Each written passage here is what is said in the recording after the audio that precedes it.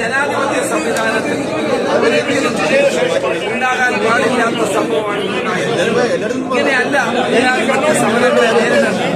ഇങ്ങനെയല്ല സമാധാനപരമായി നടക്കുന്ന സമരങ്ങളെ നേരിടുന്നത്. ഇപ്പോൾ അങ്ങടക്കമുള്ള എംപിമാർ ജനപ്രതിനിധികളാണ് വേദിയിലുണ്ടായിരുന്നത്. അങ്ങനെ വേദിയിലുള്ള ജനപ്രതിനിധികൾ ഇരിക്കുമ്പോഴാണ് ഗ്രില്ലുകൾ, ചെനേഡുകൾ, കണ്ണീർവാതകം ഒക്കെ തന്നെ പ്രയോഗിക്കുന്നത്. ഇതൊരു ഭീകരതയായി തോന്നുന്നത്. തീർച്ചയായും ഇന്ന് പോലീസ് ചെയ്തത് ഒരു ഗുണ്ടാ പ്രവൃത്തിയാണ്. ഇതിന് നേതൃത്വം കൊടുത്തത്, നിർദ്ദേശം കൊടുത്തത് മുഖ്യമന്ത്രിയാണ്.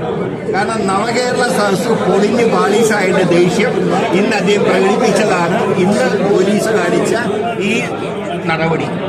ജനപ്രതിനിധികളുള്ളപ്പോൾ ക്യാബിനറ്റ് റാങ്കുകളുടെ പ്രതിപക്ഷ നേതാവ് പ്രസംഗിച്ചുകൊണ്ടിരിക്കുമ്പോഴാണ് പോലീസ് ഷെല്ല് പൊട്ടിക്കുന്നത്. അതുപോലെ തന്നെ വെള്ളം ചീറ്റുന്നത് എന്തൊരു അക്രമമാണ്. ജനാധിപത്യ കേരളത്തിൽ ജനാധിപത്യത്തിനെ ഞെക്കാൻ വേണ്ടി നരേന്ദ്രമോദിയുടെ ഏജന്റായി പ്രവർത്തിക്കുന്ന പിണറായിക്കെതിരെ വരും ദിവസങ്ങളിൽ ശക്തമായിട്ടുള്ള നടപടികൾ പാർട്ടിയുടെ ഭാഗത്തുണ്ടാവും.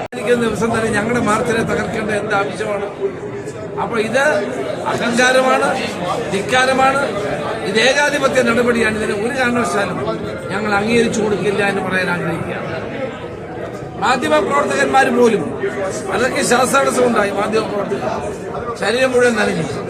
എന്നിട്ട് അവരുടെ പലരുടെയും സ്ഥിതി ഇന്ന് വളരെ മോശമാണ്.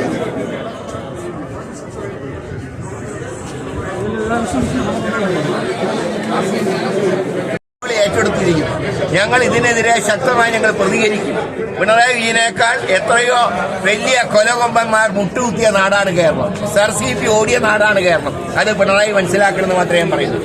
ഇപ്പോൾ കോൺഗ്രസിന്റെ നേതാക്കളായ മുതിർന്ന നേതാക്കളായ രമേശ് ചെന്നിത്തലയും കെ മുരളീധരനും ഒക്കെ തന്നെ പറഞ്ഞതുപോലെ കോൺഗ്രസിന്റെ ഭാഗത്ത് നിന്നുണ്ടാകാൻ പോകുന്ന ഒരു തിരിച്ചടി അത് വലുതായിരിക്കും എന്ന് തന്നെയാണ് അവർ പറഞ്ഞു വെക്കുന്നത്.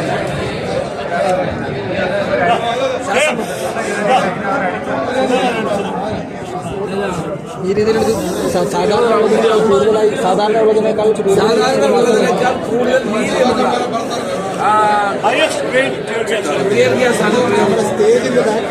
ഒരിക്കലും ഇതുപോലെയുള്ള വലിപ്പമുള്ള ടിയർ ഗ്യാസ് പ്രയോഗിക്കാറില്ല.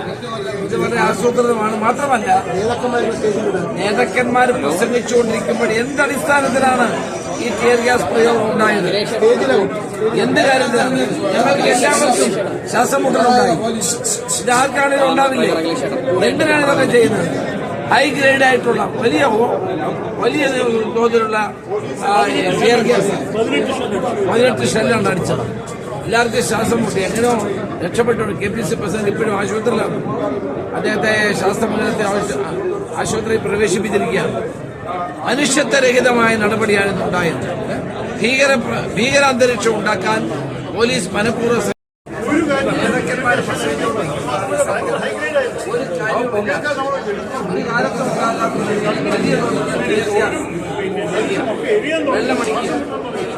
ശ്വാസം ഒരിക്കലും ഉണ്ടാകാത്ത ഒരു കാര്യം.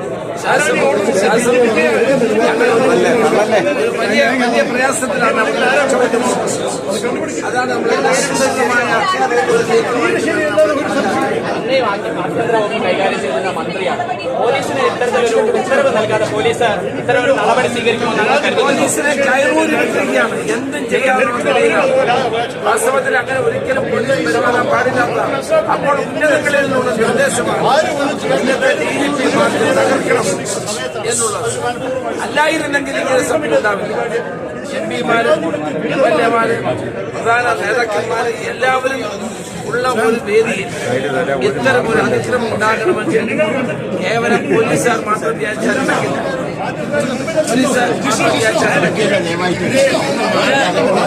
മുഖ്യമന്ത്രി അറിയാതെ ഇങ്ങനെ സംഭവം നടക്കില്ല.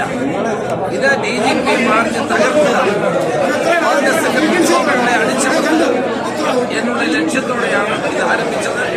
ഒരിക്കലും അംഗീകരിച്ചു വെക്കാൻ കഴിയില്ല. ശക്തമായ പ്രതിഷേധം ഇതിന്റെ പേരിൽ ഉണ്ടാകും എന്ന് ഞാൻ ഗവൺമെന്റ് മുന്നറിയിപ്പ് നൽകുന്നു.